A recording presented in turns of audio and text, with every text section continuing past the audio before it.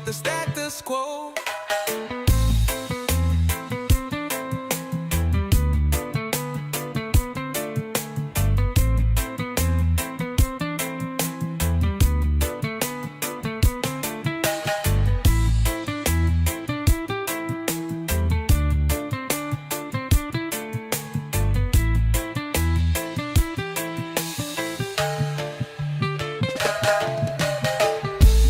Bucking the status quo, we gonna buck the status quo.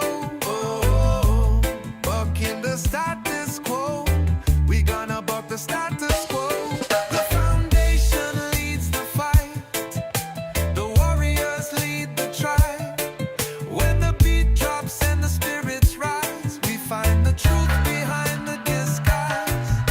They want us to go away, only our hearts do we obey. The foundation leads the fight, the warriors lead the tribe. When the beat drops and the spirits rise, we find the truth behind the disguise. They want us to go away, only our hearts do we obey. No ranks, no chains, just unity. One tribe, one light, one destiny. No ranks, no chains, just unity. One tribe, one light, one destiny. Bucking the status quo, we gonna buck the status quo. Oh, bucking the status quo, we gonna buck the status quo. Bucking the status quo, we gonna buck the status quo. Oh, bucking the status quo, we gonna buck the status quo.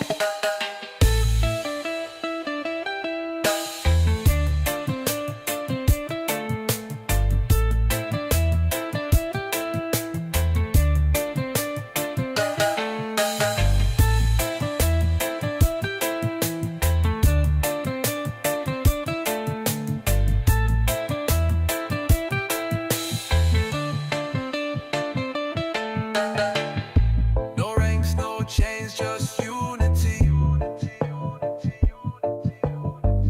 One tribe, one light, one destiny. No ranks, no chains, just unity. One tribe, one light, one destiny. Bucking the status quo, we gonna buck the status quo. Oh, bucking the status quo, we gonna buck the status quo.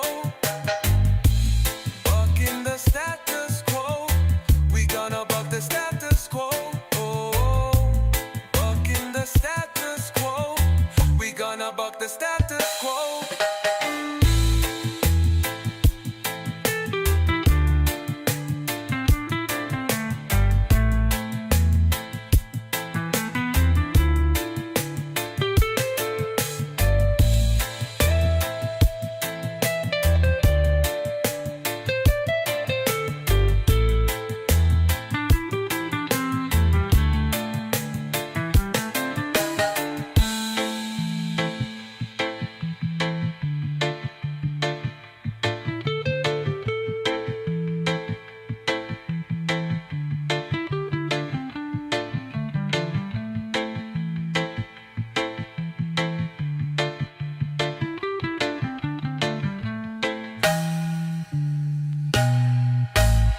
Bucking the status quo, we gonna buck the status quo. Oh, bucking the status quo, we gonna buck the status quo. Bucking the status quo, we gonna buck the status quo. Oh, bucking the status quo, we gonna buck the status quo.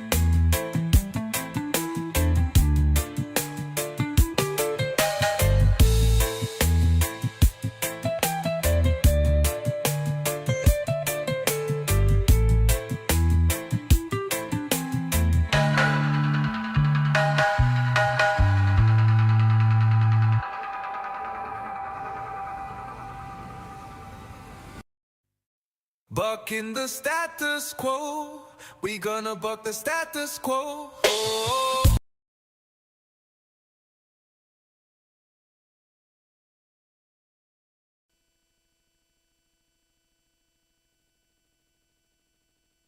Welcome, everybody out there from Grunt Style World and Irreverent Warriors. How you all feeling today? We hope you're enjoying this cold, wintry day, at least here in the Midwest. It's definitely cold and wintry. I'm joined by Will Wisner from Grunt Style Foundation, as well as Corporal Todd Nicely from 2nd Marine Regiment over here.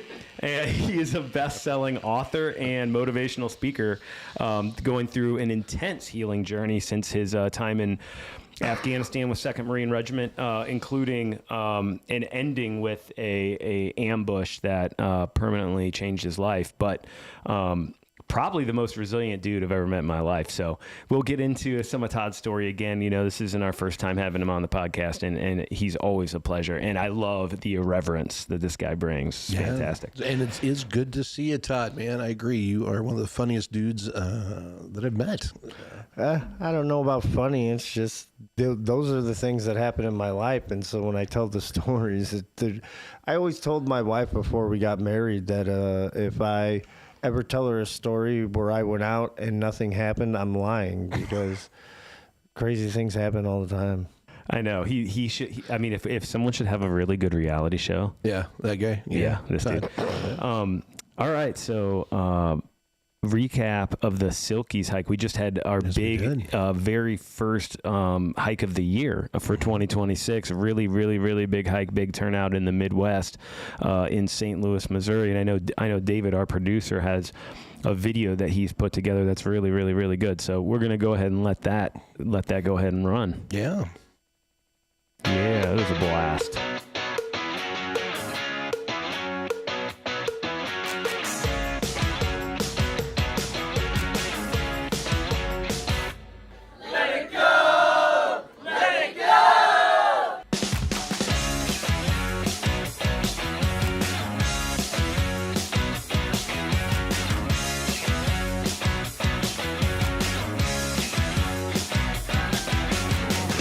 Don't worry, we won't embarrass you. You're in control.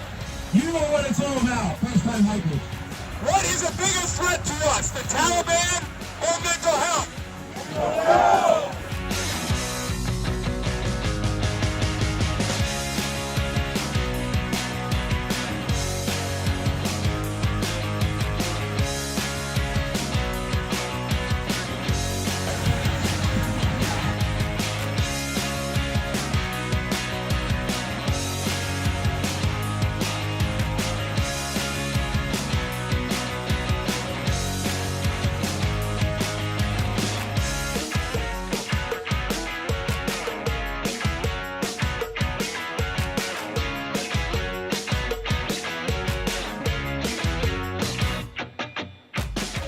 So when I see you all coming out and taking those steps to take accountability and control of your own mental health and to influence the mental health of those people that maybe you've never met before you came to one of these hikes, they're still your brothers and sisters, and you care for them, and we do not want to see one more person fall victim to this plague of suicide that we have.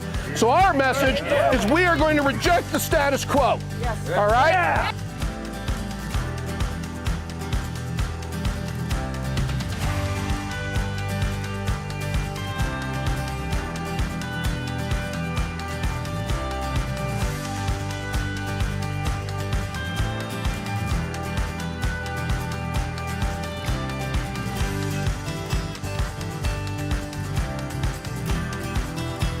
As Hugh said, I flew F-14s and then F-18s in the Navy. I did 4 combat deployments, 3 flying off aircraft carriers, 1 on the ground with the Army because they needed the Navy to come in to help out.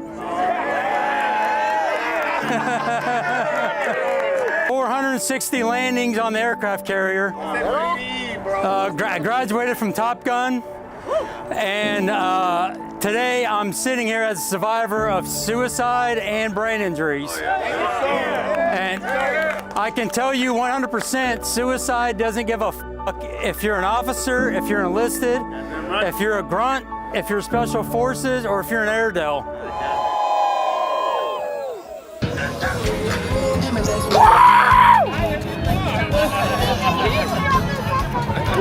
brother Bill is going to talk to us a little bit.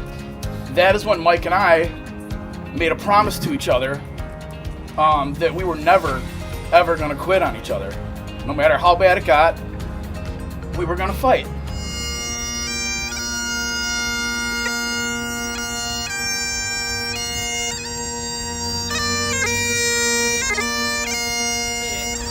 You don't just have to think about these folks, but I want you to think of someone that's passed on in your life that helped you in your healing journey, someone that looked out for you. And I want you to send them gratitude.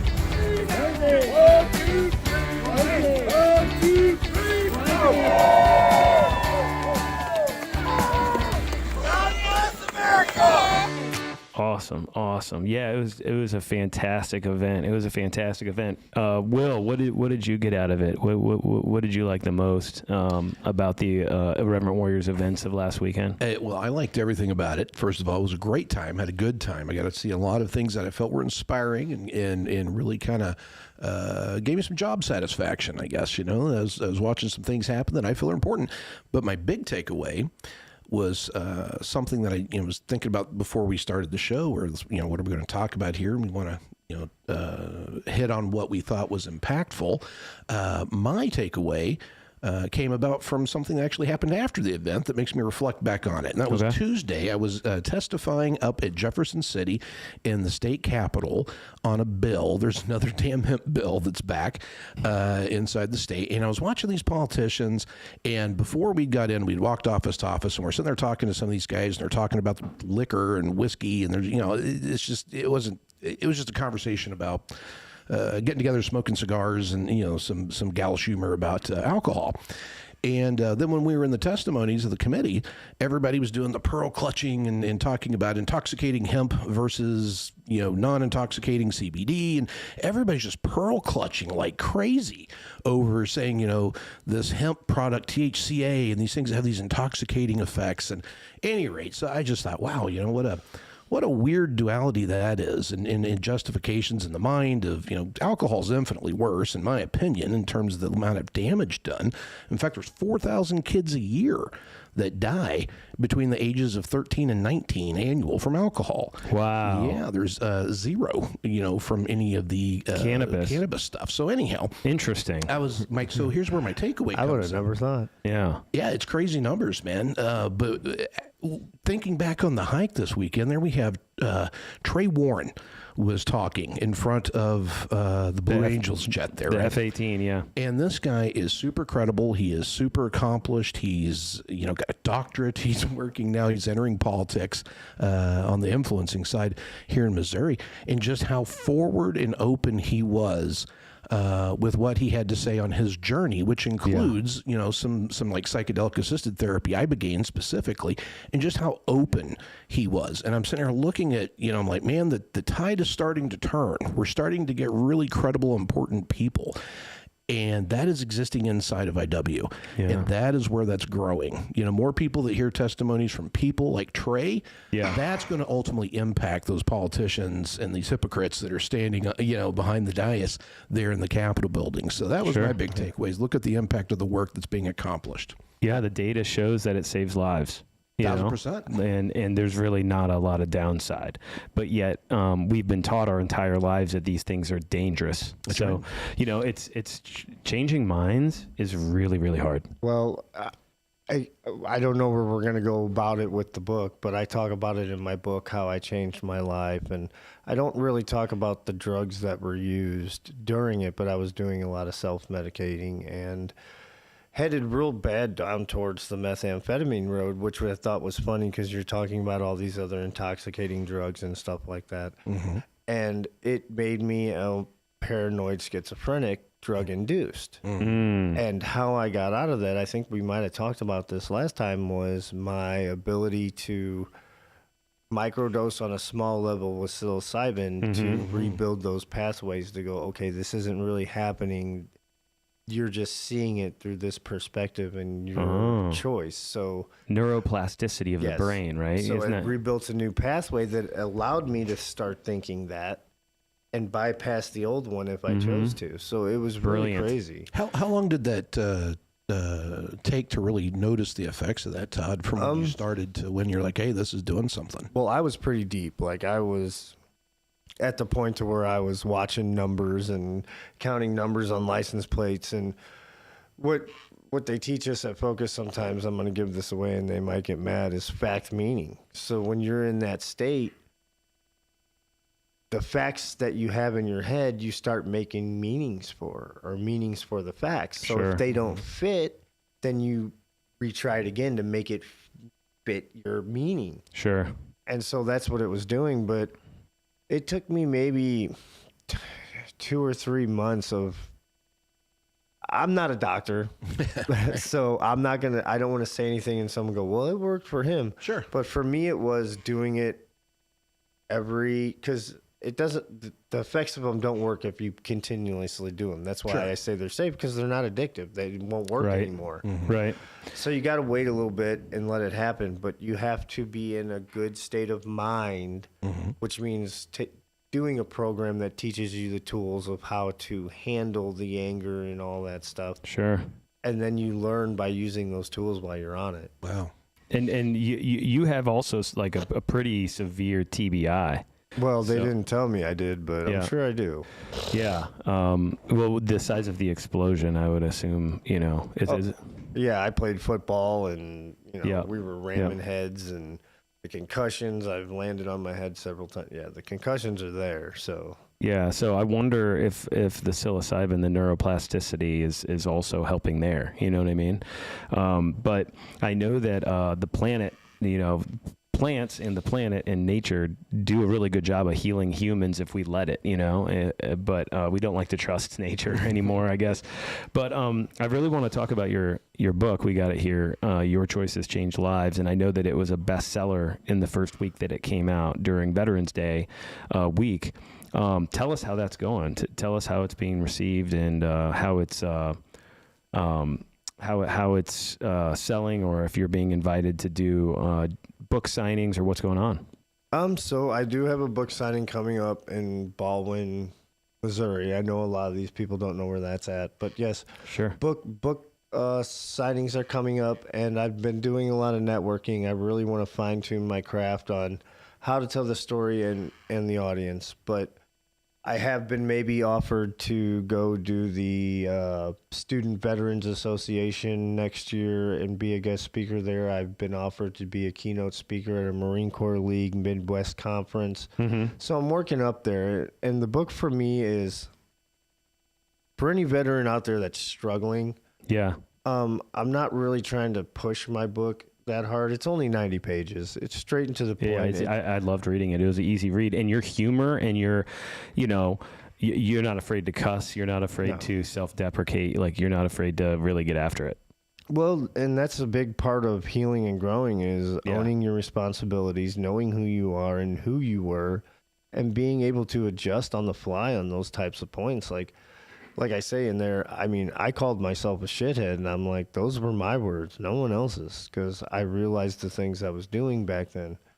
So I was able to adjust, and by going through Focus, learn the tools to be able to know who I truly am. Yeah. Yeah, because the main question in the book that they asked you was, what you're willing to die for, but what are you willing to live for? And that was the question that kind of stopped you in your tracks, right? Yeah, that one just knocked me dead on my... That's what kept me there, because I had my buddy on speed dial, and I said, if I call you, you come pick me up, I'm leaving this class. Because they tried to get me to go there for like 9 years.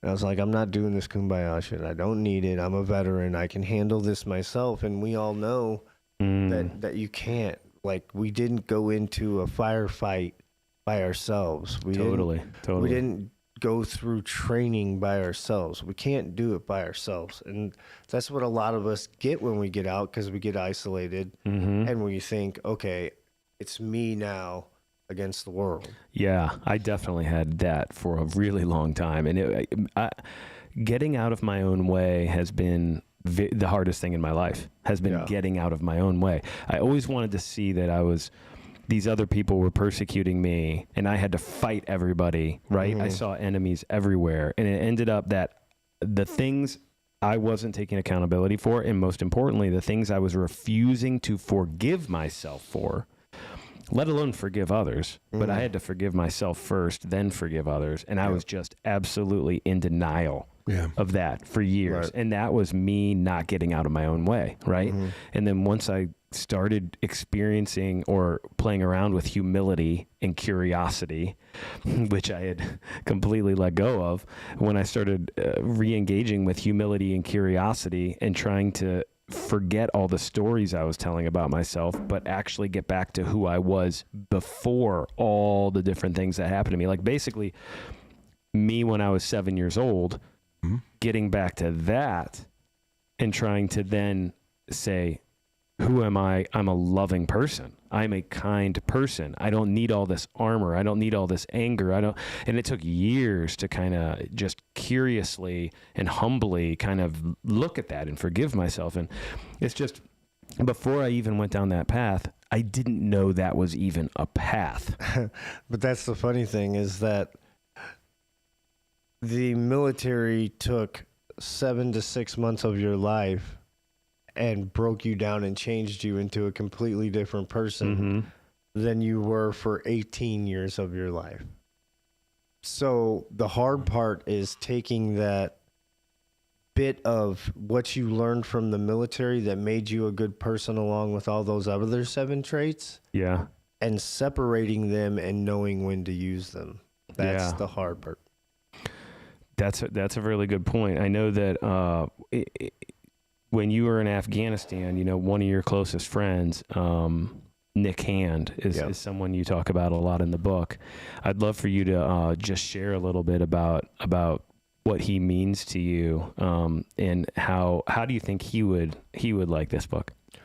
Well, Nick Hand, he was born on May 20th, 1989. So a lot of the times we'd go out to the bars and he wasn't even 21, and he just fit in with the crowd. But there was 4 of us that were really good friends. Me, Nick Hand, AJ Neely, and George Geddes. And George Geddes was my machine gunner. AJ was my best friend because he was on top of me everywhere we went because it was Neely nicely. So we all 4 just kind of hung out. But we lost Nick 7 days in. And one week into combat? Yeah, 1 week into combat. We were there a little longer, but this was 1 week once bullets started flying. Yeah. And it was hard for me to swallow for a long time. That was a big part of my tragedy, as I talk about in the book, that I had to just push on because I was a squad leader at the time. You hear your buddy's name come over the radio as a fallen angel, and you're like, oh, no. What do I do now? Like, I just lost one of my best friends. The last thing he said to me was, we were building a bathroom in the OP so people could, take a deuce and whenever they wanted in peace. And he was like, I think I'll be back. I was like, you'll be back. And so hearing that really crushed me. But being the squad leader and the person that you are, you have to push forward and move on. And that really took a toll on the human psyche, because you can't let your guys see that you're worried now, you're upset, because they're not going to want to follow someone like that. Yeah, you had to stuff your grief. You had to you had to essentially hide your grief and stuff it down, and then I had to pretend like he never died. And that probably came out for me when I've done that, because I've experienced that as well. When one of my guys got killed, I was the staff sergeant responsible for all the ceremonial things that had to happen and all the different things that had to occur with the administrative side. So similarly, I had to just execute on the job, and I couldn't grieve. And then later, it would come out in explosive ways where I would project it on other people. Right. And that was the huge problem for me, was that I just had to move on and pretend like he never existed in my life. And so to do that subconsciously in your brain, to push one of your best friends out of your life for 6 days, or I'm sorry, the rest of the 6 months I was there, and pretend like he never existed is hard on the human psyche, on top of going to bed, knowing every day what you're about to put your squad through the next day and things like that. It's just being in charge of 12 men and then watching your friends die is not easy on the human psyche. And he got hit at the beginning of the deployment, and you got hit at the very end of the deployment. Right. I don't know if I talk about it in the book, but there was one time when we both landed at Camp Leatherneck, and we were on our way back from one of the chow halls, and we were talking, and I told him, I said, you know, this is gonna be a rough deployment, and he said, yeah, I believe it is, and I looked at him and I said, yeah, well, you know, I hope I don't. I wouldn't mind getting my legs blown off. I think walking for me would be easy. I'd be okay with that, but I just don't want to lose my hands. And he looked at me and said, well, I don't want to die at the end. Like, I don't want to get all the way through and then die at the end. So somewhere in there, we had made the premonitions or knew some type of weird thing that was going to happen to us. And I'll never forget that conversation. Yeah. Well, rest in peace, Nick Hand, man. Yes. I mean, I've heard November awesome 22nd, stories. 2009. Oh man, I've heard really good stories. Really good dude. I know that when you went to Focus Marines Foundation and you started working at that retreat center, that you were inspired by John O'Leary. Tell us a little bit about him. So John O'Leary, he has a movie out right now, and it's called Soul on Fire, but it tells this whole story. So John O'Leary was a 9-year-old boy who saw other kids playing with gasoline and matches and decided to do it in his own garage at that time. Local boy, probably a little bit older than me. He's probably like in his 48. He'll probably kill me if I say 50, but he blew his garage up, and he had, I don't want to get the things wrong, but at least 90% burns over 100% of his body. Ooh.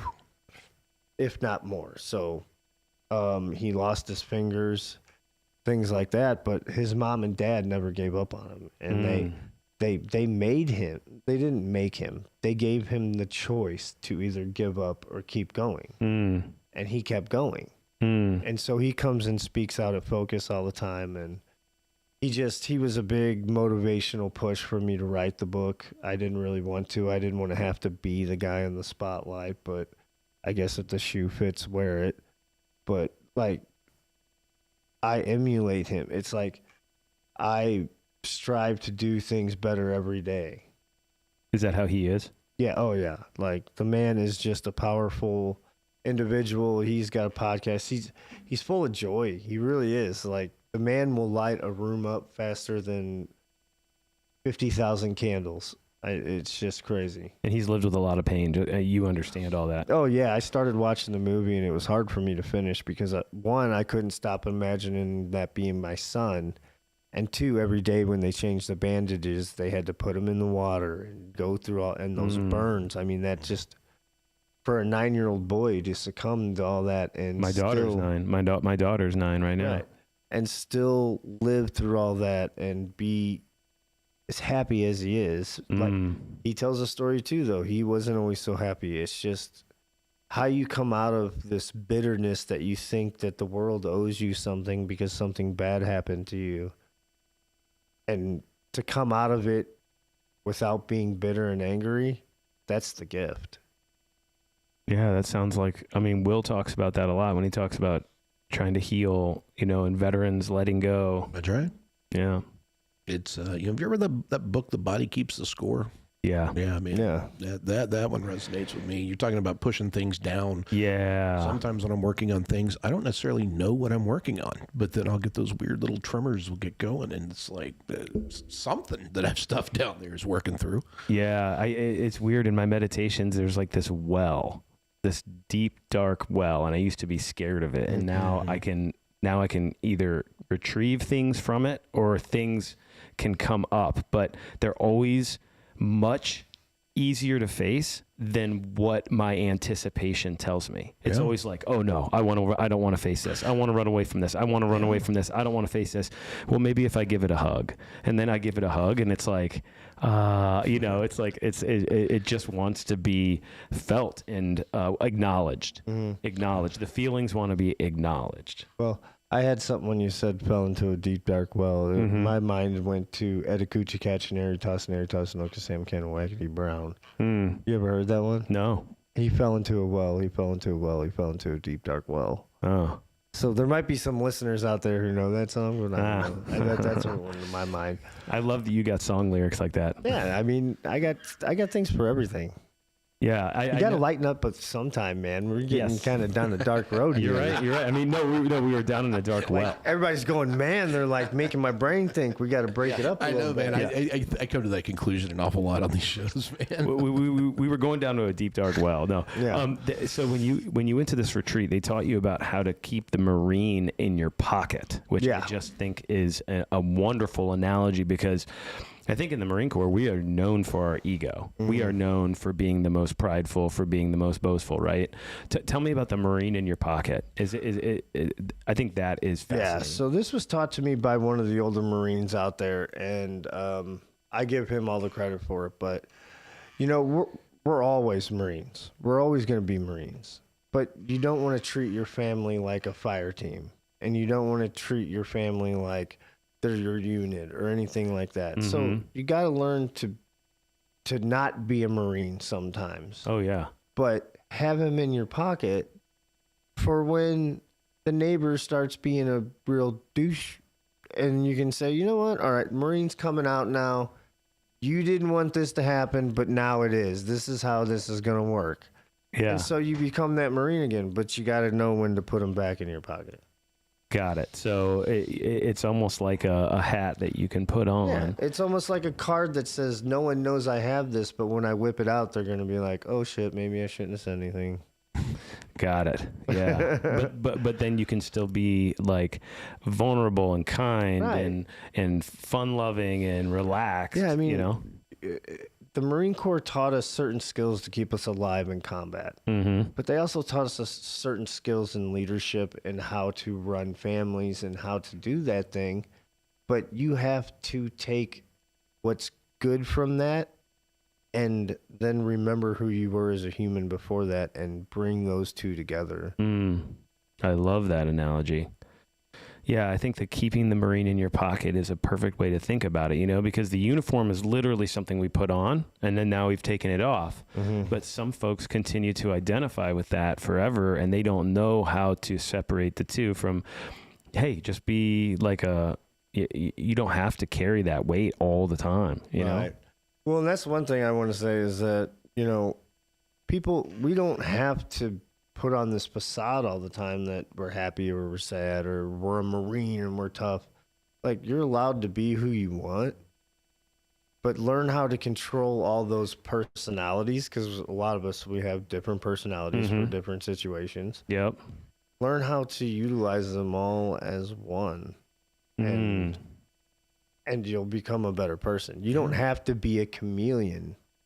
You don't have to fit in with whatever crowd you're in, but if you can bring all your skills together, you're already that chameleon. Yeah, you take the parts that are authentic, and then you integrate them into your personality. Right. And that's really a large part of our messaging here at our foundation, is that feelings are normal. You know, bad experiences that happen, it's life, man. Everybody has these things, and the degree of severity is big.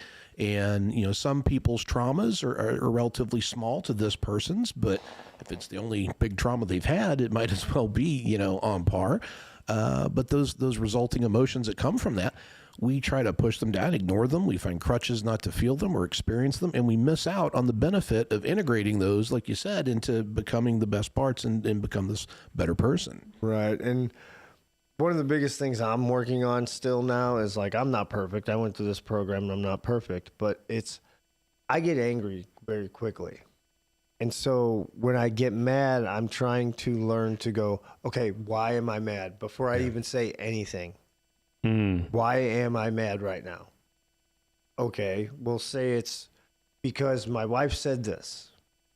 Then I go, why am I mad because she said that? What's the belief? What is the belief behind this that is making me angry? That is genius. Right. That is perfect. genius. And then I go, is it worth it? Do I want to start a fight over some belief that I have that may just strike her the wrong way? Or is this a factual reason why I should be mad? And so I'm working on that, and it's really hard. It's the hardest thing. I think it's the hardest thing in the Because world. that's 3 questions you got to ask yourself before, when you're mad, instantly wanting to react. Yeah, we were taught and trained to instantly react. If you didn't instantly react, you were weak. So, yeah, that makes a lot of sense. And I think, another way to describe what you're saying is emotional intelligence, which is basically being aware of your emotions, and before you take immediate action, which in the veteran community, in IW, we see this nonstop, which is, you said this and you made me feel this way, and now I'm going to, you made me feel this way. I'm going to come at you. And in fact, there is a belief about what that person said that you have that is triggering you. It's your belief that's triggering you. Well, here's my favorite. No one can make you feel anything. You feel that way because you want to. Right. And it's so hard to accept accountability. Yes. And accountability is not, even broader than the veteran community, accountability is like across the board. Yeah, it's a thing that we all have a million excuses and have seen a million excuses why people in our society escape accountability, Yeah, and this is kind of touching on something one of my teachers taught me, and I think it's probably the most valuable tool that I've ever been given. So happy to pass it along here. It's building on exactly what you guys are talking about. When we feel things that make us feel triggered, I guess is the right word to borrow from the recent decades, became a buzzword. But when when we're triggered, what that is it's an invitation to really examine whatever that is. It's an area that needs to be healed. So, fellas, we run about an hour, right? Yeah. I don't want to interrupt, but I got to use the restroom, so I'm gonna make a run for it. But I'll be back in like 5 minutes. So can you two keep it up? You got it. You got it. I'm sorry. Has this ever happened before during a podcast? Don't worry about it. We just do what we got to do. I'll be right back. I promise. All right, got it, brother. Yeah. So, it's interesting. I know that at some of our recent events, there's been folks that, when we're discussing something, like one of the topics at our events might trigger people, right? Yeah, we saw that this weekend when the bagpipers were playing. There's some people got triggered, and they got angry at the bagpiper. That's right. And we see that also with when people were talking about healing and trauma and suicide and losing people. Yeah, I don't want to hear this. It's making me feel a certain way. This needs to be pushed away. Okay, well then what is how do you approach that? Well, maybe you take why does it exhibit that response? And that's not something you do in the moment. That's something that you identify, and then you take that back to your time where you set aside to do that kind of work. When you feel safe. Yeah, and I'll tell you, man, my demons came out in my dreams, and I went, a lot of years scared to go to sleep, almost and it wasn't like horrific, terrifying dreams. It was just anxiety dreams, or I'm the fucked up specialist that's we're deploying somewhere, and okay, it's time to make this movement. Oh shit, where's my rifle? And then I gotta scramble for my rifle. I have where's my rifle nightmares. Yeah, right. That's wild. And stuff like that has plagued me for a long time, and sometimes a little more intense type stuff too. But how I've come to deal with that is, through different work. Some of the stuff eased up on its own, but then I still had somewhat of these anxiety dreams. How do I deal with that? Because I'm not somebody I don't experience a lot of anxiety during the day. I just don't. But boy, in my night dreamland was horrible. Wow. And so what I started doing, and I can't remember what book I read. I read a lot of books on this kind of stuff, but it was before I go to bed, I kind of rewind the day, from where I'm at now all the way back to when I woke up. And I look for those moments that jump out at me as something that frustrated me or pissed me off or set me in a flashpoint where, maybe I said something I wish I hadn't said or something like that. Sure. But then I kind of give some time to that. Why did I feel that way? What was going on there? What part of this is reflection? My own bullshit? It's like a contemplation and reflection. Yes. In my dreams, have eased up. I mean, they're not something that is anxiety inducing on their own. I don't feel like anybody in society is talking about reflection time, integration time, contemplation of something I did or something I said. Yeah. It's almost like society is, you go from emotional explosion to distraction. And then you get home from work and it's like, make dinner, Netflix, watch a movie, play a video game, go to bed, wake up, drink caffeine. That's it's right. like, there's not a lot of accountability and there's not a lot of, time to just spend. Like you said, you had to sit there and think about, what's going on with these emotions? What's going on with these thoughts? What's going on with this and that? Well, that's exactly right. I don't have a lot of time in my day, usually. I work kind of long hours most of the time, and the last thing I want to do when I have free time is do that stuff. And so sometimes I won't, and I'll get going down that road for a little while. But I do always find that whenever I do come back to it, I always feel better. Like immediately, I'm like, why didn't I do this a week ago?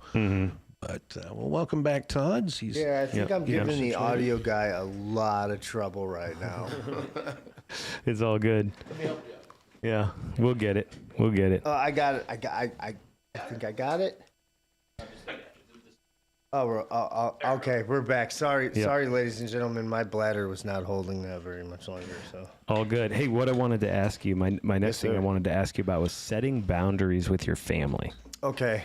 I know that you recognized during your work of going inward and exploring your emotions, you ended up realizing that you didn't have boundaries set with your family, and so they were setting you off, you were setting them off. There was this toxic pattern occurring. Right. Tell me about how you changed that, because that's something that I'm trying to learn.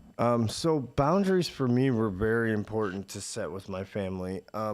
During my journey after going through Focus, I learned a lot of things there, and I realized that every time I was coming around and I was trying to better myself, they were waiting for the other shoe to drop. So it was never, he's making good changes. Let's continue to go after him because of his bad decisions he's made. So they weren't seeing the good that I was making. They were just always remembering the bad. So I had to sit down with them and tell them, hey, I will come to family events, but I need you to see the good I'm making instead of the bad. And that's hard to do because you've already put them through so much. So they're always going to be waiting for the other shoe to drop. But unless you set that boundary and say, look, I'm trying to show you, I don't expect you to believe me, but at least acknowledge or see that I'm trying. And so when they would go back into you're this, that, I'd be like, I'm leaving. I don't need to hear this. It's going to cause me to want to fight with you and put more bad anger in the situation that I'm trying to fix. And so I would leave and I'd just be like, look, we'll try next time. And every time I showed up and I was the same person, not the old person, they slowly started to see that I was changing, and that if they were going to talk about me badly, I was going to leave. So having those boundaries, setting them and sticking to them is a huge important in any relationship that you have, to make sure that people understand that when you say something, you mean it. Because I think today in society, we've lost a lot of meaning behind what we say, because people say things and then they're like, I'm sorry. But how many sorries and how many chances did you have before I'm hearing the 100th sorry? So that was a big one. Once I started learning how to take responsibility for my actions and actually apologize, my sorries started to mean something, because they seen the changes I was making. They seen that I was really trying. And if I did slip up, then my sorries meant something. Now, man, you've got a good skill set on a lot of this stuff. Now, is this gained through the Marine Focus Foundation, or was this where did you pick up this wisdom? A lot of it was from the Marine Focus Foundation. I had realized I was a squad leader, so being a leader has always kind of been part of my thing. And so I started looking back at my life after going through Focus, because that's what it is. It's a lot of self-reflection. And I started to realize that these guys are looking at me. And I don't like a hypocrite. I don't like a bad leader. And if I'm sitting there telling you, oh, your problems are because you're drinking and you're doing this and you're doing this, and I'm still doing that, I'm not a good leader. But on the flip coin, you can be a drinker and look at a guy and say, hey, you don't have a drinking problem. You're drinking to cover up shit. Yeah. Figure out what the fuck you're covering Oh, up. dude, I love that. And then maybe you can have a few drinks and be okay with that. Hey, what a good way to, what a great way to phrase that. Because that's what I was going through. Like, yeah, I was a drinker, but I was drinking heavy to numb everything. Yeah. And so it wasn't fun for me anymore. It was just a way to escape. Yeah. And then I became an asshole because all those things I was pushing down would come out. Yeah. Yeah. You're talking about my life. Hey, we need to get that on a T-shirt, dude. I love that. You don't have a drinking problem. You're drinking to cover up a problem. Oh, yeah. Can I put a trademark on that? I one? think you should. Yeah, I think that's that you. is fantastic.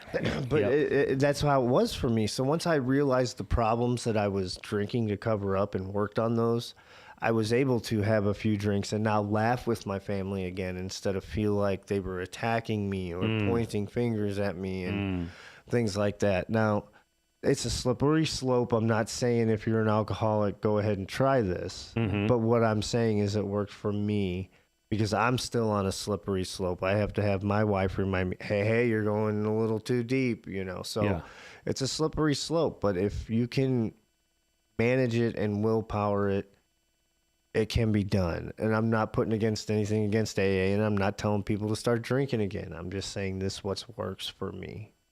I love it. It's all about balance, right? I mean, everything in life is here to be experienced in balance. And I think in the United States, you know, we were founded by a lot of people that were kind of hardcore, like, you know, super successful, like let's do it all, you know. So we're like a culture of extremes, right? We like to do everything to excess. Yes. Yeah. And so I love that idea of balance. You know, it's not something that we really see a lot of in America. We don't celebrate people that have a lot of balance. No. We celebrate all the people that don't have a lot of balance. Yeah. But yeah, that's awesome, man. I know I wanted to kind of end your section talking about your kids. You know, I know that you've got 2, right? Well, no, I have 3. Nice. Two are stepchildren. One's biological, but my 2 stepchildren are pretty much mine. I've been with them for the past 9 years. So, you know, you grow up. One was 2, one was 10. Now they're 19, 11, and 5. So it's like you grow up, you watch them grow, you fall in love with them, you want to see them strive and be the best they can. And, you know, isn't that every parent's dream, is to see them do better than what they did? So, yeah. So that's what I'm kind of hoping for. Great. And how's the 5-year-old doing? What are they getting into? Oh man, that kid. Well, now he was a mama's boy to start with. You know, from like 1 to 4, he always wanted mom. As a Marine, how worried were you? As a Marine, how worried was I? I'm not. You know, because whatever that boy decides he wants to do, whatever he decides sexuality he wants to do, that's not up to me. That's up to him. That's very open-minded for a Marine. Well, you know, I went through a lot of self-work, but whatever he decides to do, I'm going to be there for him. Nice. You know, now I'm not going to, never mind, I'm not even going to go to that subject. But, yeah, so there's only one thing I wouldn't agree with, and I would probably be like, okay, I wouldn't disown him, but I'd be like, yeah, no, you're just not doing that. And I think we all might know what I'm talking about. Yeah. Well, it's great to hear everybody's doing great back at the family. Yeah. You know, it's been going really well with the wife now too, because I had to set some boundaries with her because we were having issues with our 19-year-old son, and she was coddling him, and I wanted to be the disciplinarian. So we had to come to a mutual agreement on, you know, how we were going to set this up to where we both got what we wanted, but it was a punishment since those were consequences. Because this kid, he's got to learn consequences. He's 19 years old now. Accountability. Right. And that is a huge problem right now. We were just having this conversation because I've got 2 teenager stepkids too, and they're basically Ferris Bueller is what I'm raising in my home. I mean, it's all the crazy shit we've had that I won't get into. Love them. I wish I was that adventurous when I was their age. But I think what's going on, man, I think it's this YouTube culture and stuff. I think these kids are immersed in a fake reality the way that we never had that influence in our day. And they feel like they're the stars of their own fucking reality series, and that there is no such thing as consequences. That's fascinating. I think that's what's going on. I like that theory, but if we had cameras back when I was a kid, I'd probably be in jail. Yeah, I would definitely be in jail. Well, thank you, Todd. Thanks, Todd. Always love having you on the show. Yeah, no, thanks for having me anytime. More than welcome. Awesome. And I'll check in with Will. Will, what's going on in the grunt style world? Anything you want to talk about? Oh, man, just getting everything reset for the year ahead. I'll put out a teaser right now. We have brought on Mr. Justin Zekarevich. Is now on board and part of the team. He's Wonderful. going to be leading our integrations and our triangular compass stuff. And we are putting together, and we're trying to get some funding to provide for some scholarships. But around about November, we are going to be taking about 15 people down to the Sacred Valley in Peru. And we're going to stay for about a week down there in the Sacred Valley. I think Todd's... You got a volunteer right here? I think Todd's volunteering. Not volunteering. I was. There was a gnat. Oh, right. I think I might be volunteering as well. Well, here. it gets even cooler, dude, because we're going to Peru, and since our friend Mr. Zekarevich also happens to be a practicing ayahuasquero, we are going to close out the week there in Peru in the Sacred Valley with an ayahuasca ceremony. So we're going to start opening up applications here a couple months down the road for people that may be interested in that, and we've got some potential sponsors that may be on deck to provide for some scholarships. Oh, that sounds good. All right, cool. Well, I've already put in 10 applications while you were saying that. So, I love Todd's enthusiasm. Yeah, well, Grunt Style Foundation, thank you for what you're doing to try to advance veteran healing. And on the Irreverent Warriors side, we've got 2 big hikes coming up, and they're both by the beach. So get excited. We got South Florida coming up. So check it out on our website. That's irreverentwarriors.org/events, or just click on the events tab. And we also have, so South Florida and Puerto Rico. Puerto Rico, both of those are incredible weekend-long events. Don't forget to start promoting that canoe one. I want to see a lot more people out there. Oh yeah, June 5th, 6th, and 7th. We're going to be in the Ozarks for our annual Operation Ozarks float trip, canoeing, kayaking on the clearest crystal river in the Ozarks, the Current River. We're going to be at Big Rock Candy Mountain is the name of the location in June. And but check out the Fort Lauderdale IW chapter and their upcoming events, and check out Puerto Rico and go see Audie, our leader in Puerto Rico, who's built a massive presence there. And come see Ozarks. You'll probably see me towing a tuber because the tubers think they go as fast as the canoes. Right. I've done it once, and Hugh can testify. Yes, Todd is a great towboat, and he also is adventurous. So if you don't want to go down the fast way, don't come with me. Yeah, Todd's one of the fastest kayakers I've seen that can also tow somebody that's that's drinking beer. So. Yeah, it's very impressive. How many people can we service there at that float trip? How many will the campsite hold? 200. 200. My God. Oh, we need a DJ. We do know a DJ. Does anybody know a DJ? We do have a DJ. Yeah, we do have a DJ. We've got a DJ locked in. All right. Well, thank you everybody for joining us today. We will see you at our next event, and as always, we will see you here on Fridays, noon Central. So thank you very much. All right. Stay I'm throwing up the peace sign, kind of.